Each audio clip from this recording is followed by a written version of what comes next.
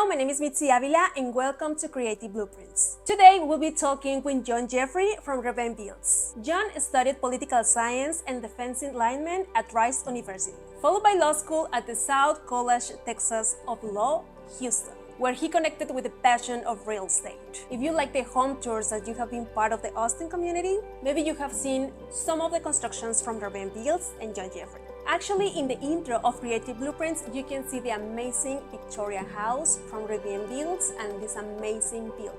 They have completed hundreds of remodelings, additions, and builds in the full spectrum of construction, from something very budget conscious to multi-million properties. I have been following John and Revent Builds' work for a long time. I met him some time ago, and I really enjoyed this conversation because I can say that construction has no limits. If there is something in your mind or in your client's mind, trust me, that can be built. No limits, and that is where creativity and innovation is alive. Thank you so much for watching, and if you find this video inspiring, feel free to share it with your friends, with other people that is interested in the construction field, creative designers, architects, everybody can be inspired with this conversation.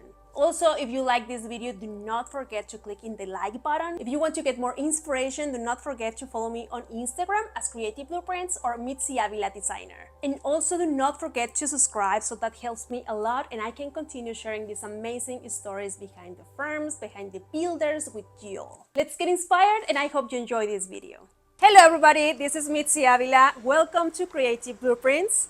In this series, we are chatting and sometimes sitting down with amazing builders, architects, designers, just to know a little bit more about the story behind the firm or the signature of these builders. Today, we are with one of my favorite builders, of course, the funniest one, and he is Gioffre with Revent Builds. How are you? Nice to meet you. Nice to see you. Yeah. Thank you. You're making me blush saying all this nice stuff about me, so I really appreciate that. You are the funniest in social media. Oh, thank you. Of course. You guys have to check this amazing Instagram. And today we are in this property. What is this property about? Just tell me more about this one. You can see in the background an amazing door in glass with steel, like very custom. What is this about? Yeah, so this is House of 1,000 Curves. This is a custom project, so we're building it for a client. Dobb and Eel is the architect and designer. And I call it House of 1,000 Curves because, as you see behind you, there are so many curves. I mean, this whole custom steel window and door set is curved. A lot of the features around the actual house are curved. The framing, the stucco. We have curves on our stairs that are kind of being built in right now. We have curves back there on our steel staircase. The curves are just endless. And I'll send you some of the renderings so you can put it in the video to show. Yeah, it's I will absolutely take beautiful. some shots as well, because you cannot see that area there, but they have like an amazing view to downtown Austin. So Yeah. I have to shot that. But it's amazing. It's like there is no limits for builders like Revent Builds, and that's why I wanted to have this conversation. Well, thank with you. Yeah. And this will be so helpful for everybody that is watching this video, and just to have more inspiration. If you are like interested to be in this part of the construction, well, there is no limits about this. So I will ask you some questions. This is very simple, some questions that probably a lot of people is not asking you usually, but those are like for more inspiration for these new people. So the first one, how Revent Builds emerged and why the studio has that name. But before that, if you can include that, how that emerged and how many years do you have in experience in this construction field? And one more. What is your happy place? That can be your restaurant, that can be a city, that can be a spot in the world. So there you go. Okay, cool. I'll start with my happy place. I would say it's with my family, at home, just like relaxing. We're not doing like crazy events. We're just like chilling, playing video games with my daughters, or watching a movie, like lounging on the couch. Like, I feel like I'm 100% go all the time. So like, relaxing is really huge for me.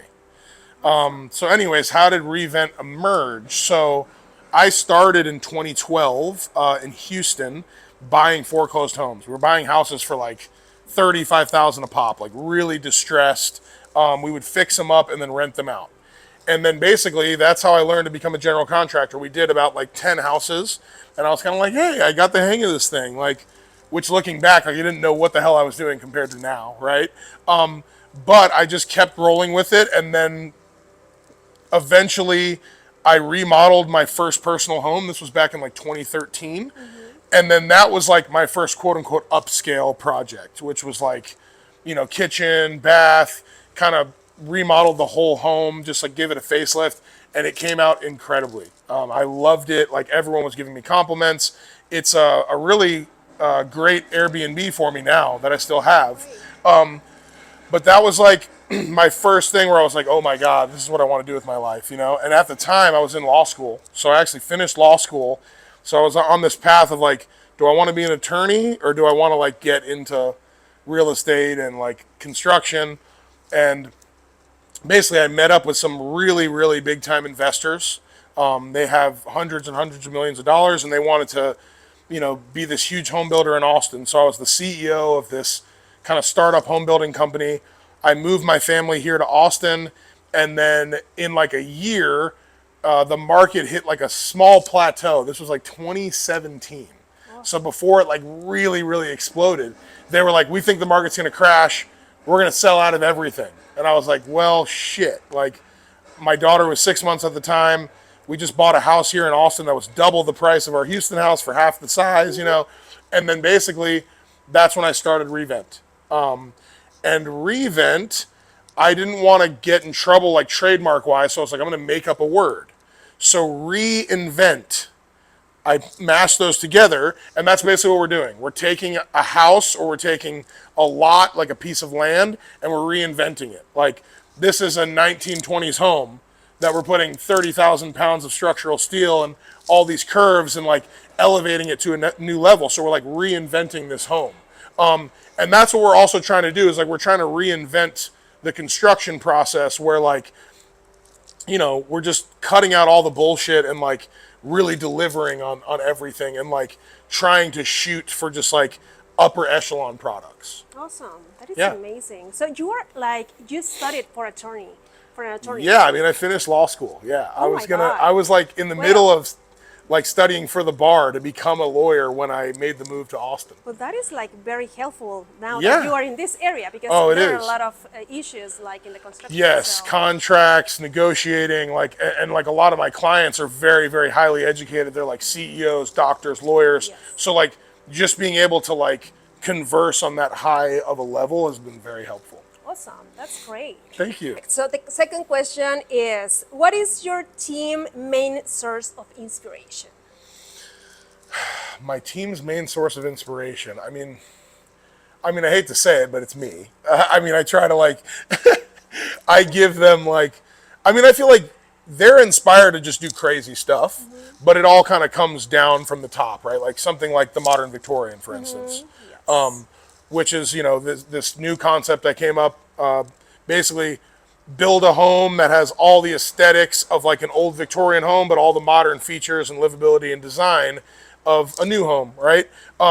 So I feel like I got a lot of my inspiration from like horror movies. I love like every horror movie has like a really amazing house, Awesome. So I'm like, I love all the woodwork and like, so I grew up on that. And then, I just remember like when I was younger, I would just like in my room, I would like redesign my furniture like all the time. And I would just like sit there and like look at it and like feel like, what does this room feel like? So I always had this like, this inside of me, but then I only really figured it out when I did that, my first personal home remodel. Awesome. And so then I'm just like, a lot of my inspiration comes from like, I just want to be different. And I want to do something that like, package something that we all find familiar in a different way, and then like, give it to the world, kind of like put my own secret sauce on something. Awesome. And then, so now we're taking that concept, like the modern Victorian was a huge risk. It did really well. It got us a lot of, notoriety in Austin. And now we have, 5 other way bigger projects on that same kind of scale that are going to be really, really forward thinking in design. Awesome. That's amazing. Actually, I will put like in this video some shots. You will see some shots of the Victorian house because I was in the tour, and I was trying to, get some videos of that property, but that was like at the same time so complicated because it's a lot. Yeah, yeah. But it's amazing. It was my favorite that tour. Well, and I also do want to say, like, a lot of the inspiration, like, I am not a designer. I'm not an architect. Like, I collaborate with designers and architects, and I have this crazy vision in my head. I throw it all on paper. Like, I just word vomit it, and then they craft it and turn it into something much more palatable. So, like, totally, like, collaborating with, like, those professionals is really helpful, too. Awesome. What is your favorite architect or builder that you like to collaborate? I mean, I love Joseph Design Build. They're like, we're like very close. They designed the modern Victorian. I mean, they're doing this on a huge scale. They're probably, the amount of luxury homes they're doing is like pretty unheard of to do it at that high of a level. A new architect that I'm working with is McCullum Studio. Absolutely fantastic. Like, was on the AIA tour, is doing like really, really upper echelon designs and construction, and they're doing a lot of the design for our new projects. Awesome. That's Yeah. great. All right. What will be something you wish you had known before studying Revent Builds? I mean, I guess if I would have known, like that it's a shit show. It's not going to be like, when you level up, like, your problems don't just go away. They actually get bigger. Yeah. And like, you have more overhead. So like your cash needs are like a lot tighter, and like you have to have bigger projects to feed that. And, so I think it's just like expectation setting. Like, if this only gets harder, but I'm more equipped, as we level up, I'm more equipped for these problems. I've dealt with them before. But I think early in your career, you kind of expect it. And then I was just expecting this magic moment that I would get past it all and it'd all be easy. And that is so wrong. It actually gets harder. Yeah, well, the experience give you more, Yes. like be prepared for problems, but shit always will happen. Yeah, exactly. I call it crisis management. Yeah. All right. If you could say something to yourself 15 years ago, what will it be? Well, so 15 years ago, so I was a college football player too. I played at Rice University, and that was like all my mind was focused on, was like football, football, football. Like, if I could talk to myself, I would try to like explain that there's more to life than just football. And like, I feel like I could have, I could have been learning so many things about real estate and building and stuff back then that would have even better prepared me. But, in a way, it's kind of like you need all your experiences to get where you are, right? But I think, just like the relationships I was making, I think, maybe don't party as hard, stuff like that, I mean, shit, Do you think that? I was 20, 15 years ago. Do you think that the football now? Do you think that that has been helpful? Oh, for sure, because it's very challenging. There's problem solving, working with a team, and there's also like that competitive drive to like always get better and like to keep pushing, never give up. So like 100%, all of those experiences like really helped me. All right, this will be like probably the best one. Share with me a big mistake during your career as a builder. How did you solve it, and what did you learn from it? Okay, so I have one that always sticks out to me. One of my first big jobs. This was a kitchen that was like $150,000. So that's pretty high end as far as a kitchen goes. I mean, we do stuff a lot more expensive now, but as far as a kitchen goes, that's up there. And basically, it was a 2-story house. We had to take out a 30-foot long load-bearing wall. That was like paramount to this design. We had an engineer come out. He spec'd out a beam size for us. We put that beam in, and almost immediately the beam just started sagging. The upstairs of their house, like their crown molding, had nearly an inch of separation. So I was like, holy shit. So we put support under it. Called the engineer out. He did all of his calculations. He wrote us a letter and said it was all good, that the beam is flexion is within tolerance. I was like, this doesn't seem right. So I called another engineer. He was like, holy shit, this is so wrong. This whole thing needs to be steel, a solid steel I-beam. And I'd never done steel before. So for like a day, I was terrified. I was like, oh my God, this guy's house is falling down. Like, I'm not going to be able to fix it. And I was like, you know what? Screw that. We're going to pull it out. We're going to get the fucking steel in, and we're going to solve it. And then literally within, less than a week, I'd pulled out that beam. By the grace of God, we were able to get this beam. It's 30 feet long.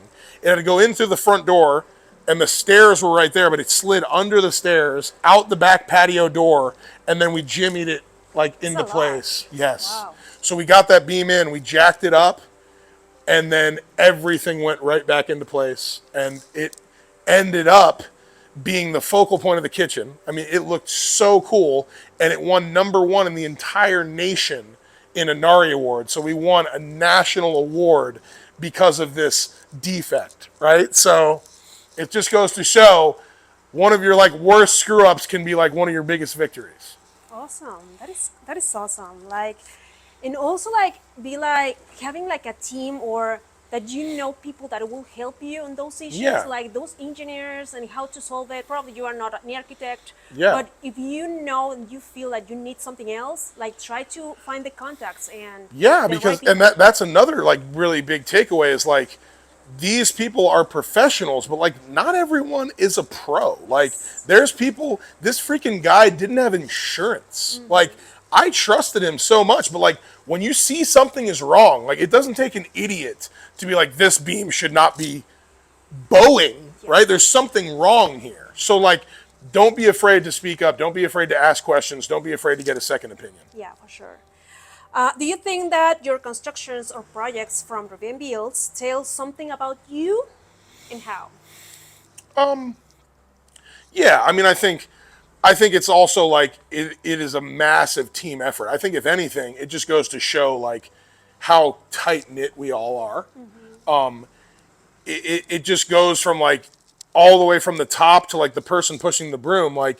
Everyone needs to be happy to be there. They need to be paid a good wage. They need to be treated with respect.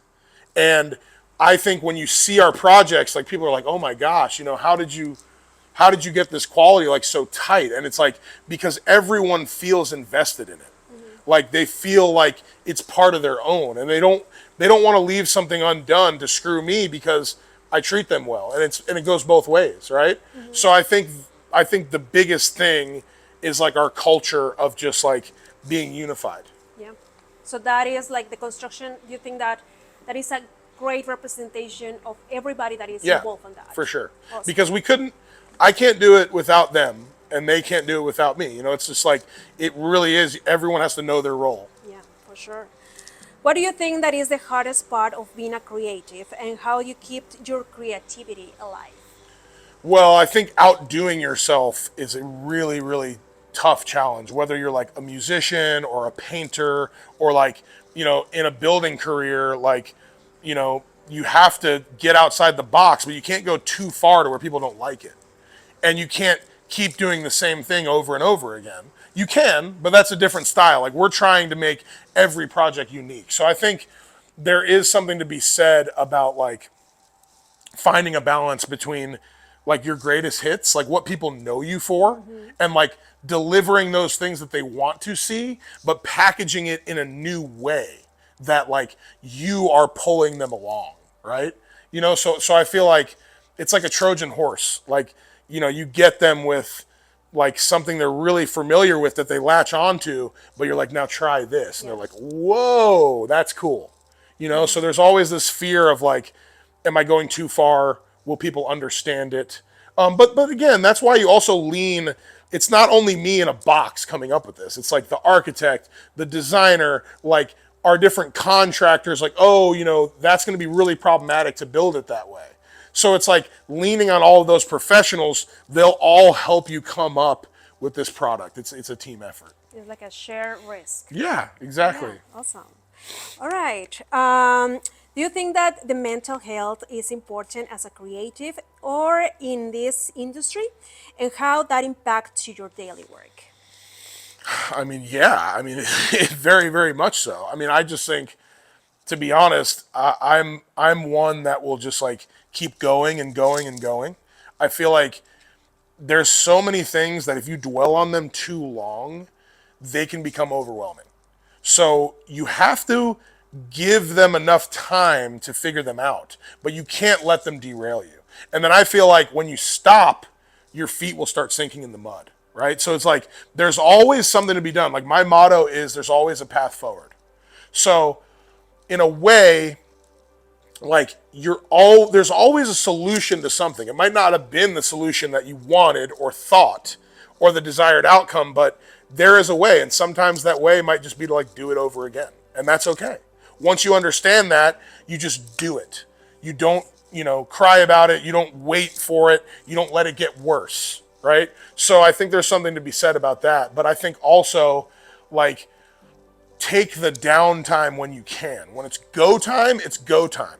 When it's chill time, it's chill time. Like reset, get good sleep, like, have like key relationships. It can get lonely. Like when you're like working this hard, there's a lot of people that are just like, oh, he's doing great. And they just, you're like always working and your whole life revolves around that. Like you need some sort of meaningful relationships and meaningful activities that are like outside of the work, because it's really fun and it's really invigorating, but it will eat you alive if you don't get some separation from it.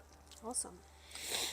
And what do you do when you feel like you have no more ideas to solve an issue in the construction or design problem? I go to someone else that has a different expertise, has different experiences. A lot of the times, like going to a mentor who's been in this situation, sometimes I'll have like spent a week like, oh my God, how am I going to figure this out? And I'll call all these different people and try to kind of solve it on my own. And then I'll make a phone call to someone that has much more experience than I have and be like, oh, I ran into this exact same problem, do this, that, and that. And you're like, dude, I should have just called you from the beginning. So it's like, you can't rely on them for everything, but sometimes when you feel like there's nowhere else to turn, we just get stubborn sometimes. We don't want to ask for help. Going to people to try to solve a problem is different than asking for help. Like, hey, have you dealt with this? What would you do? Or like, hey, can you help me? Can you give me a contact? I mean, something like that. You are not alone in the No, construction no, totally. Of course. And the last one. Give an advice to future designers, architects, or builders in the Austin community.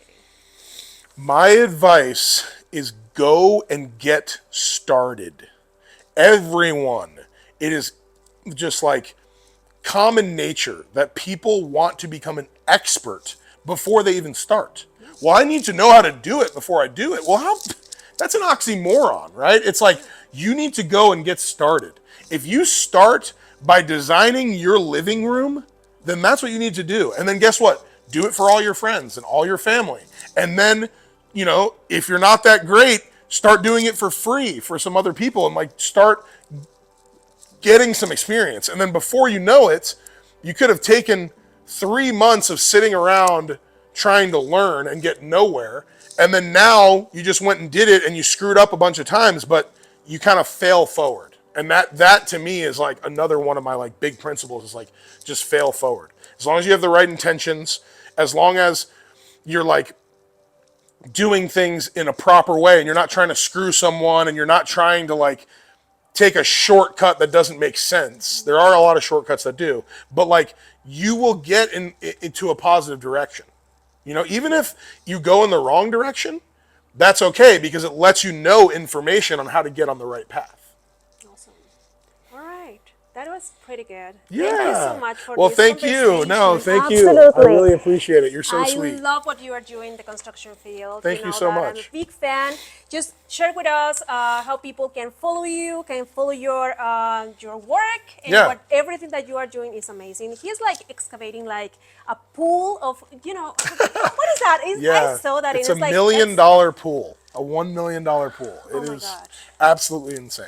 All right. If you have like some limitations, you have to start and just do whatever that your creativity is bringing to the real world. Yes. So, what is your Instagram, your social media? John, John, Gioff, GIOF _ builds is my personal, or you can look up Revent _ builds. It's more of a landing page, and then reventbuilds.com is our website. You can fill out a contact form if you want more information or anything like that. Thank you all so much. I really appreciate you for having me. That was super fun. Thank you so much for watching this, and wait for the next one. Thank you. Bye-bye. Bye.